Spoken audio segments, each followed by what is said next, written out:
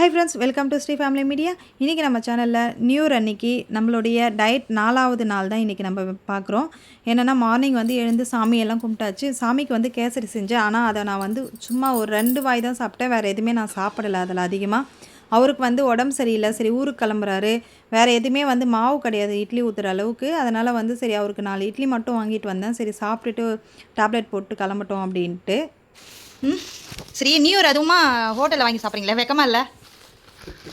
ஏன் உங்கள் பொண்டாட்டி சமைக்கலாம் மாட்டாதா? கேட்க மாட்டிங்களா? நீங்கள் உங்கள் ஒய்ஃப் சமைக்கலைன்னா கேட்க மாட்டிங்களா? ஏன் சமைக்கலை, கடையில் போய் வாங்கிட்டு வரேன்னு கேட்க மாட்டிங்களா? ஏன்? ஏன்னா வீட்டில் மாவு இல்லை, டிஃபன் மாவு இல்லை, பிள்ளைங்க இல்லாததால் வந்து மாவு அரைக்கல. இவருக்கு உடம்பு சரியில்லைன்றதால இட்லி மட்டுமே வேணும், வேறு எதுவுமே வேணாம் அப்படிங்கிறாரு. பொங்கல் வேணாம், பூரி வேணாம், வேறு எதுவும் சாப்பிட பிடிக்கல, இட்லினா கொஞ்சம் சாப்பிட்றேன் அப்படின்னாரு. அதனால் போயிட்டு புருஷருக்காக நான் போய் ஒரு 3 இட்லியும் ஒரு வடையும் வாங்கிட்டு வந்தேன். பட் நான் டயட்டில் இருக்கிறதால மிஸ் பண்ண மாட்டேன். நான் வந்து ராகி தோசை தான் சாப்பிட போகிறேன். எனக்கு சட்னி மட்டும் கொஞ்சம் வச்சிரி, இட்லி சாப்பிட்டுக்கோ. எந்த சட்னி வேணும்னா இதுதான் வந்து ராகி தோசைக்கு வந்து சூப்பராக இருக்கும். அதனால் எனக்கு சட்னி அரைக்கிற வேலையை மிச்சமாயிடும்.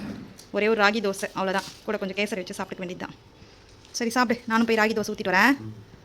பார்த்திங்கன்னா அவருக்கு வாங்கின்னு வந்த சட்னிலேயே ஒரு சட்னியை எடுத்து வச்சுட்டு கார சட்னியே அதுக்கு மேட்சிங்காக பார்த்திங்கன்னா ராகி மாவு தோசை சூப்பராக இருக்கும் அதுக்கு கார சட்னிக்கு. அதனால் நான் மார்னிங் வந்து எழுந்த உடனே சுடு தண்ணி வந்து லெமன் வாட்டர் போட்டு குடிச்சிட்டேன். இப்போ பார்த்திங்கன்னா டிஃபனுக்கு வந்து ராகி தோசை தான் சாப்பிட்டுட்ருக்கேன். சூப்பராக இருந்தது அந்த கார சட்னியோடு சேர்த்து சாப்பிடும்போது. நான் வந்து பார்த்திங்கன்னா இன்றைக்கி ஃபுல்லாக வந்து காய்கறி ப்ரோட்டீன் கொஞ்சம் எடுத்துக்கல. ஏன்னா நான் தனியாக இருந்தேன். அதனால் வந்து நான் பெருசாக சமைக்கலை. ஏன்னா கொஞ்சம் வெளியில் போகிற வேலை இருக்குது. அதனால் முடிஞ்ச அளவுக்கு வந்து டயட்டை வந்து அதிகமாக சாப்பிடாம கம்மியாக சாப்பிட்டேன்.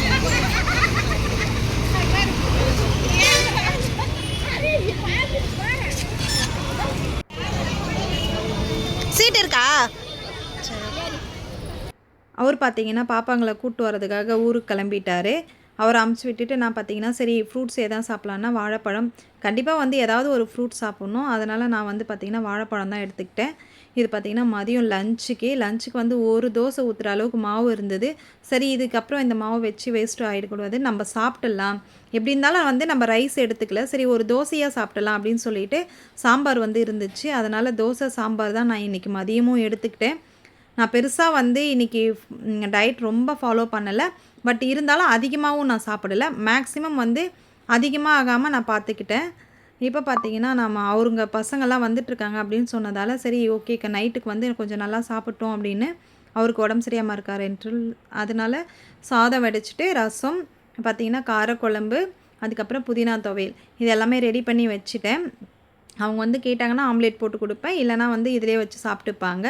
எனக்கு மட்டும் நான் தனியாக என்ன பண்ணிக்கிட்டேன்னா ஒரே ஒரு கோதுமை தோசை புதினா துவையல் இது தாங்க நான் வந்து நைட்டுக்கு வச்சு சாப்பிட்றேன். வேறு எதுவுமே நான் சாப்பிட கிடையாது. இதுவே எனக்கு வந்து வயிறு ஃபில்லிங் ஆகிடுச்சு. இன்றைக்கி டயட் வந்து உண்மையாகவே நான் சூப்பராக தான் ஃபாலோ பண்ணியிருக்கேன்னு நினைக்கிறேன், ரொம்ப அதிகமாக எடுத்துக்காமல்.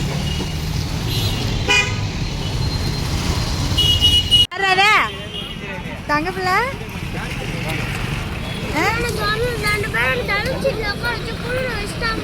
ஜன்னல் சீட்டில் உட்கார வச்சு குளிர் வச்சுட்டாங்களா? தங்கப்பில்லை தள்ளி நில்ல, அழகாக இருக்கா ட்ரெஸ்ஸு.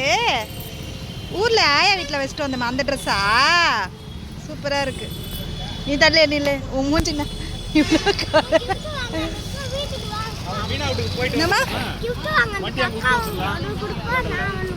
என்ன கிஃப்ட்டு? சரி ஓகே வாங்க போகலாம். என்ன கிஃப்ட்டு? என்னடா கிஃப்ட் வாங்கி வந்துக்கிறீங்க அம்மாவுக்கு? நியூ இயர் கிஃப்டா? நான் உங்களுக்கு ஒன்றுமே வாங்கலையேடா நியூ இயருக்கு. நானா? ஓ நான் தான் நியூ இயர் கிஃப்டேவா? அப்புறம் எது கிஃப்ட்டுன்னு கேட்குறியா? அடி தங்கமே, தங்க பிள்ளை.